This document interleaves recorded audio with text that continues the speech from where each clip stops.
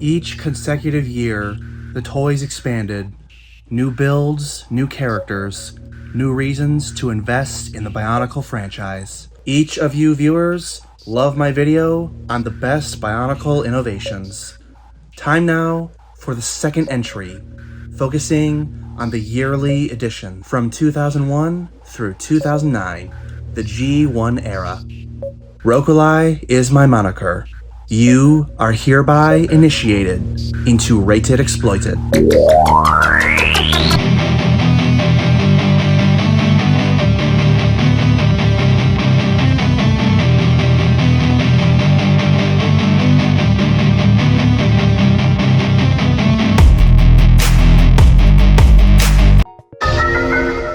2001 picks up 2 years after the debut of Throwbots, the first bipedal figures built using the Technic line, and 1 year after the vehicle-based Robo-Riders. How did LEGO introduce a new mechanic to Bionicle? The Technic Mechanic that would transcend the first 5 years, debuting from the basis of the Toa gearbox. Even upon the revival, the Toa made their returning debut with a gearbox of new build, the prominent and lead action feature of the original team. My child mind couldn't comprehend the engineering that goes into these figures. Now that I'm an adult, I think of just how much it takes to create Transformers figures, when now we have triple changers and multiple combiners. But when I think about Bionicle, my mind never goes in that direction. It doesn't think on the same level or plane as something like Transformers, Power Rangers, anything with mechanical creatures. 2002, cherished as the debut of the vehicles. One for Toa, the other for the Matoran. With the Bow-Rock came the debut of Naparu's invention, the Boxer. Later, the Toa would face off against the Balrog in the Exos. Each build shares an identical color scheme. Appreciative, commemorative, perfect way to duly debut vehicles into the toy line. I haven't assembled mine in maybe 15 years. As for the Exo Toa, not only have I never seen it in person, I never knew a fellow fan to have one. For 2003, this new innovation is heralded by the villains. By the build of parent and child, the Rakshi debut with a full range of articulation, from knee joints to the head. Makuta arrives in the same year, sporting his own range of movement. The articulation is a feature I'm thankful LEGO carried on, not leaving it in the past, and only expanding on it further ahead.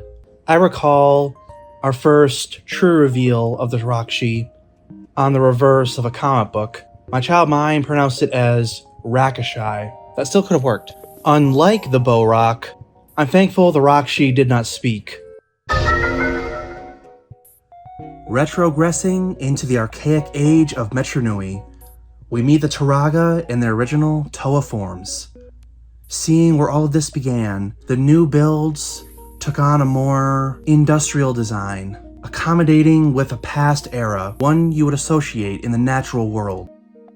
This point of articulated interaction introduced the dual socket joint, prominent, well-built, and vastly customizable. Many renditions will follow in both color and mold. We have 2004 and the Toa Metro to thank for this innovation. I feel the Toa Metro are specifically designed around the dual socket joint. Their armor truly complements the structure. The same robust design would replicate throughout, in many variations and many molds. 2005 caps off the original era, concluding the origin arc of Metro Nui right before reverting back to the present, or future. This year allows for one final tradition to be set in mold. By accommodation, Bionicle went into its standard LEGO system, varying in small scale sets. Here I am to focus on a new build, the introduction of the Bionicle minifigures. We only had these for 3 years, but a nice step up. I like to think of it as the Hortica invasion from Technic into LEGO.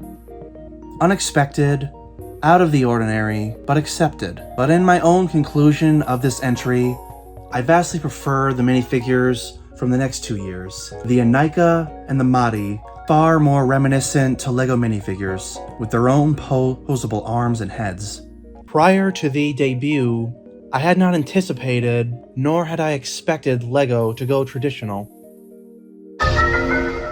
When I look back fondly on 2006, 2 prominent designs come to mind. The first, physical interaction. In the adverts, they did not show the new canister designs of either team, but man was I satisfied once I got them in hand. Interaction of the visor light for the Paraka, and the elaborate design of the Anika, displaying their tool of choice and their Zamor spheres. Beautifully done, super unique, entices you more with a physical interaction, a tactile and a visual experience. In full admittance, how tempted I was to not tear into this gorgeous packaging. The Anika canisters remain amongst my favorite, just for display and functionality. It's all there to get you invested, whether you're familiar with the toy line or not, and I'm sure it worked. I believe 2006 is a huge year for Bionicle. I don't know the sales numbers, but as the big facelift and the identity it would carry from 2006 into 2009, it's a satisfying one. Returning into the depths of Mari Nui, I'm here to focus on a heavily overlooked aspect from the builds of this year, prominent in both the Mari and the Baraki. I've mentioned it before, but I only brought it up in the previous video. Within Best Bionicle Innovations, I referred to how pallet swaps began phasing out in 2006. 2007, however, full-on varied builds between both teams. Variety, extremity. You wouldn't know these were all within the same release. I so appreciate this, looking at the pallet swaps from the very beginning to as recent as 2005. But in this new facelift, this new era of Bionicle, this gave us more reason to collect every figure. Yes, more incentive to buy each one. But as an individual, as a fan, I love variety, and I'm so glad LEGO went all out toward the final era. Through 2007, we had seen the head builds of separate components, an eyepiece and the head itself. My absolute favorite being the Toametru builds, applicable to any Kanohi, great or noble. 2008, however, simplified the build in the debut of the Carta Nui Matoran. This new head design, LEGO piece 60901, was also transparent, doubling as the eyepiece without need of 2 separate components. To the extent of my knowledge, this head build is only used in the final 2 years of the original era, but I appreciate it. Using it for small builds really makes a difference, combining what was once 2 separate LEGO pieces into one unified design. If a Metro head shared this build while also being transparent, then it would be every advantageous refinement in a singular build. Into the final entry of this video, I want to focus again on a new head design. From 2009, we had the debut of the Glatorian. As this year is themed after gladiators, it made sense going for a helmet motif. I appreciate it. Yes, you lose the compatibility of the prior years, but it remains another aspect that makes 2009 truly unique. We are aware Glatorian was the attempt of LEGO to reinvent Bionicle with a new story, setting. Many fans despise this shift, but I am an optimist, and I love building off the strengths. Fully articulate figures, each having their own struggle and strife on Bara Magna, creating a gray-like overlap. Glatorian helmet design, a hot take indeed. It's entirely hypothetical if LEGO would carry this design past 2009. But now that it comes to mind, I can't stop thinking about it. What if Bionicle had lasted the original 20 years? It could have happened if sales had at least remained consistent.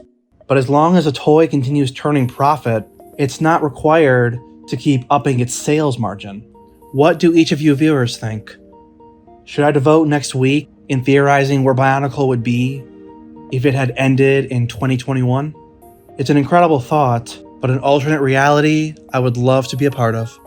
To this day, I'm curious if Glatorian had proved successful. Just where would it have gone? Where would it build into? Where would Matsunui explore next? This has been the second endeavor of Best Bionicle Innovations right here on Rated Exploited. Thank you for joining this journey. We are now gathered friends of 476, nearing the 500 mark of subscribers. I will link the original Best Bionicle Innovations in the description below.